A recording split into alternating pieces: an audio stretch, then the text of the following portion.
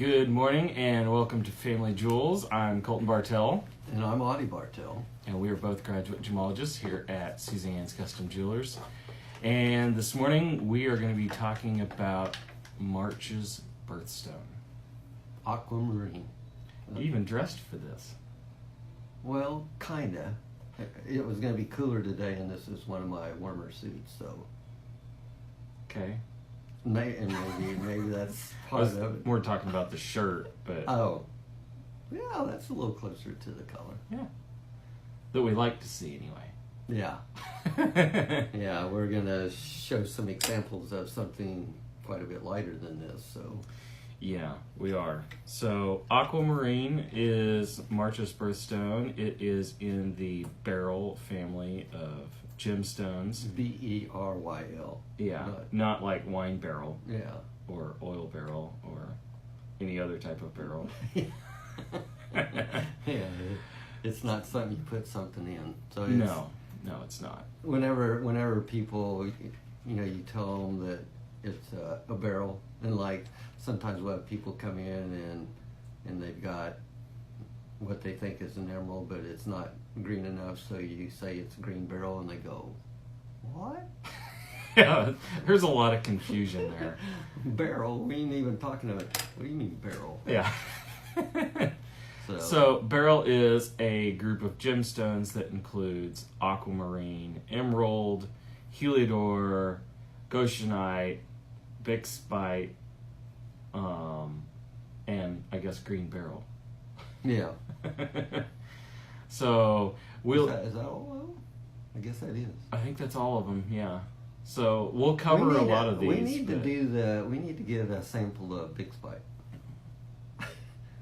I'd like to get one about the size of that one. Yeah, so would the Smithsonian. So, just real quick, since we brought it up, bixbyte or red emerald, basically, is extremely rare. It is a cousin to aquamarine and emerald because it is in the Beryl family. But the problem with it is it's rarity. It's extremely rare. Gem quality, anyways. Yeah. Only comes from the Wawa Mountains in Utah. Yes, I said that. Wawa Mountains. The whole Beryl family's just strange, isn't it? It really is. But I always think that's weird. Yeah, but I always think of like ghost night. It's kind of like, yeah, because it's the colorless form of beryl. Yeah, but I think it's named after a mineralogist. It might be, but still, it's, yeah. Anyway, the bixbyte, we'll cover it in a different episode.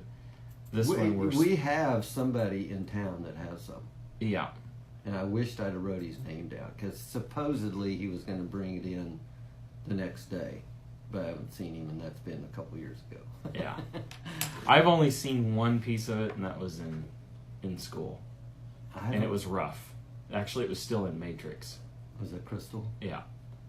Was it gem quality? Yeah. Really? Yeah. Oh, wow. So that was pretty cool.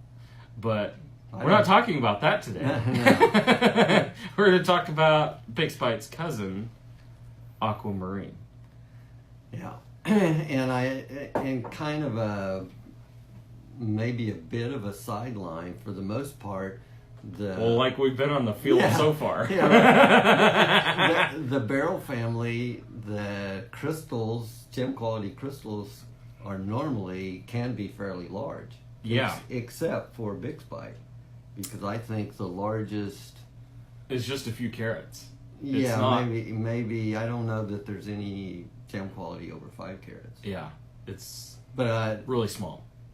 As far as, and Colton and I we do this little trivia thing once in a while, and this one was on aquamarine crystal. It was amazing. It was actually on a topic that's relative to yeah. Normally it's like, what's the terminal airspeed velocity of an unladen swallow kind of thing.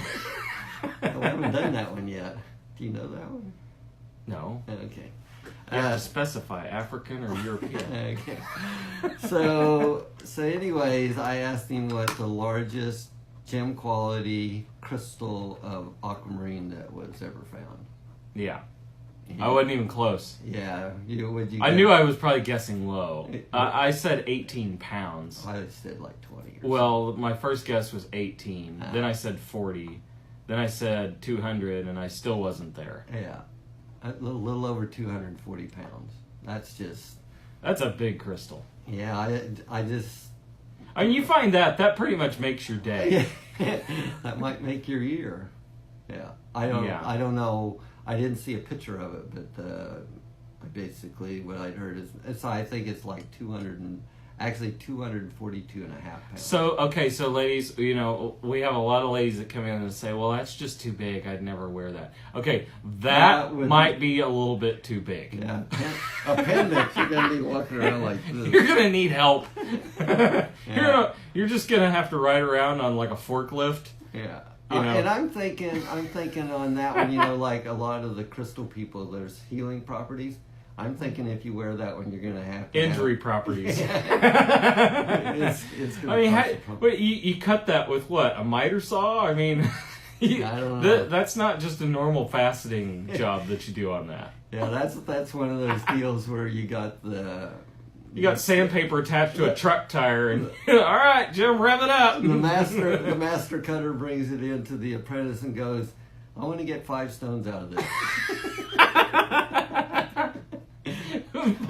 5 stones, the size of an oven. Yeah. Okay, so that's enough of that. Yeah. So for the most part, just by its name, Aquamarine, I think from Latin means like water and of the sea. Yeah. Aqua meaning water. Or seawater. Yeah. And marine of the sea. Yeah. So it's always blue. Can be bluish green. But it's going to have blue in it. Yeah. In fact, what I've heard is the stuff that's not treated, it's bluish green. Yeah, it's almost like ocean water color. Yeah, hence the name. It's almost like you got a blush of green in it. Yeah, because the green is noticeable. Yeah, like actually. So this one will actually give you a little bit. That bottom one? Yeah, the bottom one here. You can see that little bit of green tint that's in that stone. But it can't always determine whether it's heated or not heated if it's like that. Right, but basically... Is it heated? Yeah, it's heated. You can pretty much bet that the stone is heated. It's like... comes out of the ground, let's heat it up. Yeah. It's just because they're trying to get more of the blue instead of the green. They're trying to eliminate the yellow color factor that causes that green tint to it. And so what's causing color in Aquamarine is actually trace elements of iron within the crystal structure, and some of these other elements and stuff in there that are affecting that blue color are actually manipulated enough with heat treatment that it pretty much eliminates that additional color. So you lose the yellow, therefore you're losing that green modifier, basically. I don't ever remember anybody saying what causes the green. Does it happen to be nitrogen like it is in diamond or not? That, actually, let me look. Because that has actually been kind of a question, but...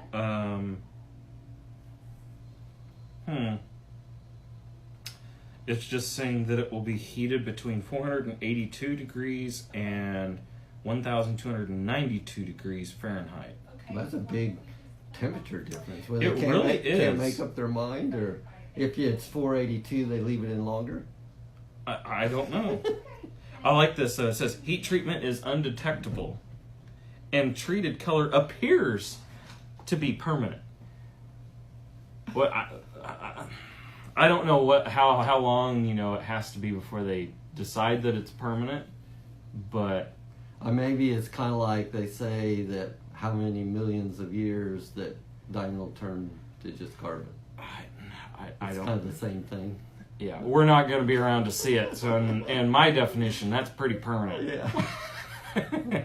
Whether it appears to be or not, that's permanent. So. Are we going to talk about a couple of these or whatever? This one is verging on Goshenite, which, just to refresh, if you didn't catch this already, goshenite is actually the colorless form of beryl. So any slight hue of any other color other than just being clear, it will become one of the other types of beryl. So if it has any sort of blue hue to it, it's going to be aquamarine. If it's got any yellow hue to it, it's going to be heliodor. If it's going to have any pink to it, it's morganite, which that's the one we didn't mention earlier. Right, I knew there was another one. A little bit of green, it will be green beryl. If it gets enough green, it becomes emerald. But that is a matter of intensity, color intensity. Saturation. And saturation, yeah. So this one is, like we said, kind of verging on heliodor. I knew it was going to do that. That's why we can't have nice things. Oh, it's still nice. You just can't see it. It got tilted maybe 15 degrees and it just like jumped. Well, and now what's going to be bad is I'm going to show this against white, so that's not going to help any either. No, it's not. So on that camera, it does look like goshenite, but it's got just a tinge of blue. Yeah. So now I'm going to get one that's... We'll have to show some pictures later. Okay. Yeah. Just don't drop this one. This is the nicer one, so we definitely don't want to drop this one. This isn't going to hurt it. That's the other thing.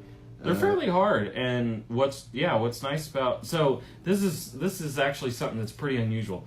So with beryls, we've got several different kinds, but for some reason, Big Spite, which is the red variety, and Emerald, the green variety, are plagued with inclusions. Right.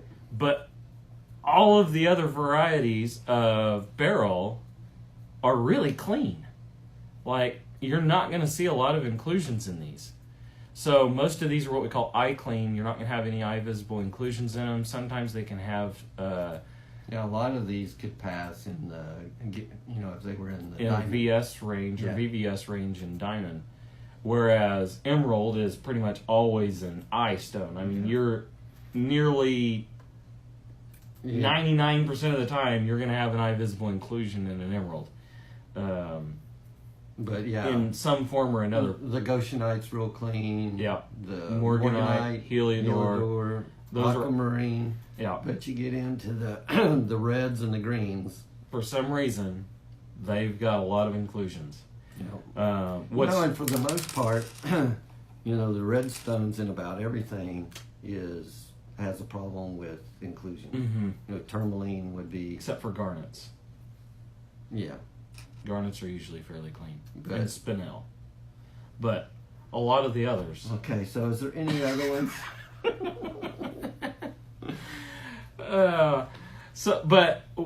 One thing that's kind of cool with beryl, with beryl and their inclusions, is they're one of the few stones that can have 2- and 3-phase inclusions. And what we mean by that is with these type of inclusions, they actually have other elements in them other than just being a crystal or a needle or something like that. They can either have gas in a form of like a gas bubble trapped in there that can move back and forth, and sometimes that's in a liquid. It can have a solid inclusion that goes inside of a liquid. It could actually be a solid crystal to some degree, with liquid and gas all in the same crystal, which is a 3-phase inclusion. And those are actually really cool to look at under magnification, because actually some of those, so we're talking about a hardened crystal, an actual mineral crystal here, and it having liquid and gas trapped within it with another solid, and as you move the stone under magnification, you can actually see those elements move back and forth. You could have a little level in an emerald. You could. But the problem is you'd have to. It's not going to be real effective. I mean, if you're you're like working on a Lego building or something like that, and you want to level it out, sure, throw your emerald on there, but you're going to need a microscope to see the bubble movement, but it'd be real precise. Yeah, I'm thinking even Emmett from the Lego movie. I think he's even going to need like a good loop just to see what's going on in there, but they are cool. That doesn't happen in many things, but no. Emerald's can have lots of them. Yeah. Or you can find it in emerald, a lot of emeralds. Yeah. So talking about Aquamarine, this is one of the probably most confused stones in the jewelry business because of a stone that so closely resembles it, which is blue topaz.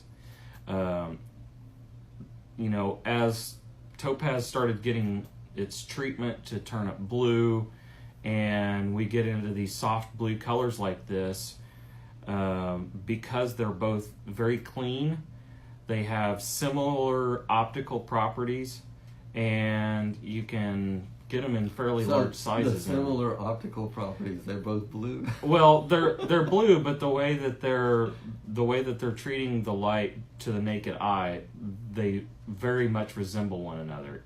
So if you have stones that are cut the same way next to each other, but one aqua and one blue topaz, they're really, really difficult to separate unless you have the equipment to do that with. A lot of times, and I guess this gets to be like a feel or whatever, is that blue topaz seems to be a crisper or a brighter color, I guess.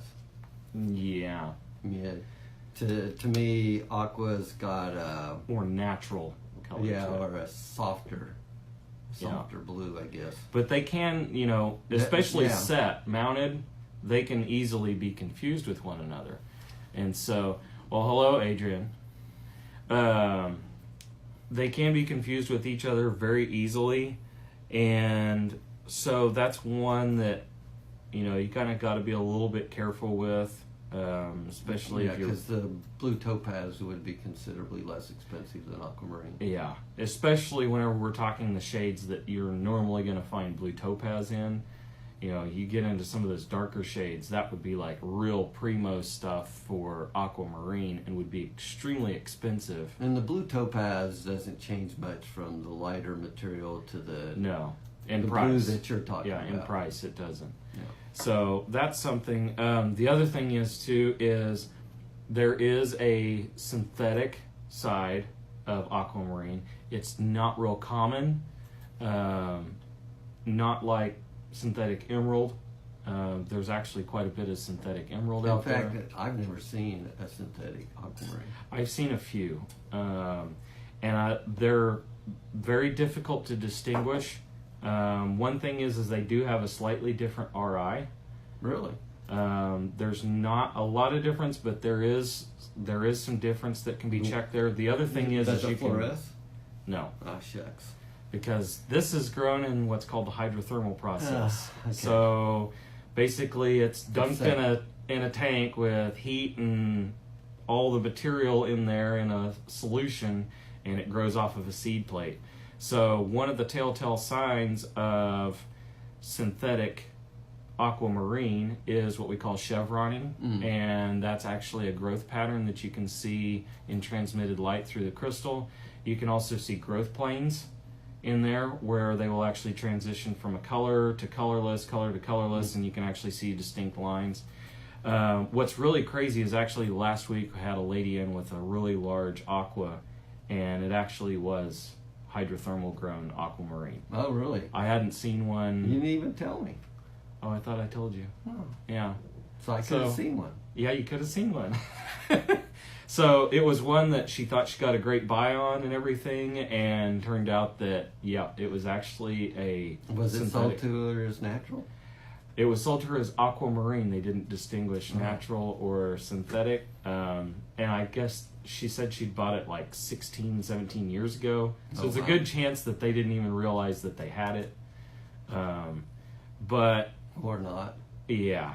I was able to actually turn the stone just right with that transmitted light, and the chevroning showed up like it was just written on there. And then I turned it another direction and could actually see some growth planes in the stone. So whenever you do that, you need to let me know, because I thought I did. No. Well, what? I would have looked at it. But the first thing that threw me was the RI was slightly off. And so so how much off is it? It's not much. I'll have to look, but it's not a lot, but it's enough that you can see it in the refractometer. But it still falls within the Beryl range, but it's in a very limited Is it size. lower or I higher? believe it's higher. Yeah, and so that was the first hint that it was not natural. And after some more checking, we saw that it was synthetic. Not real common in Aquamarine. As far as talking about Beryl and being a synthetic stone, it's not real common.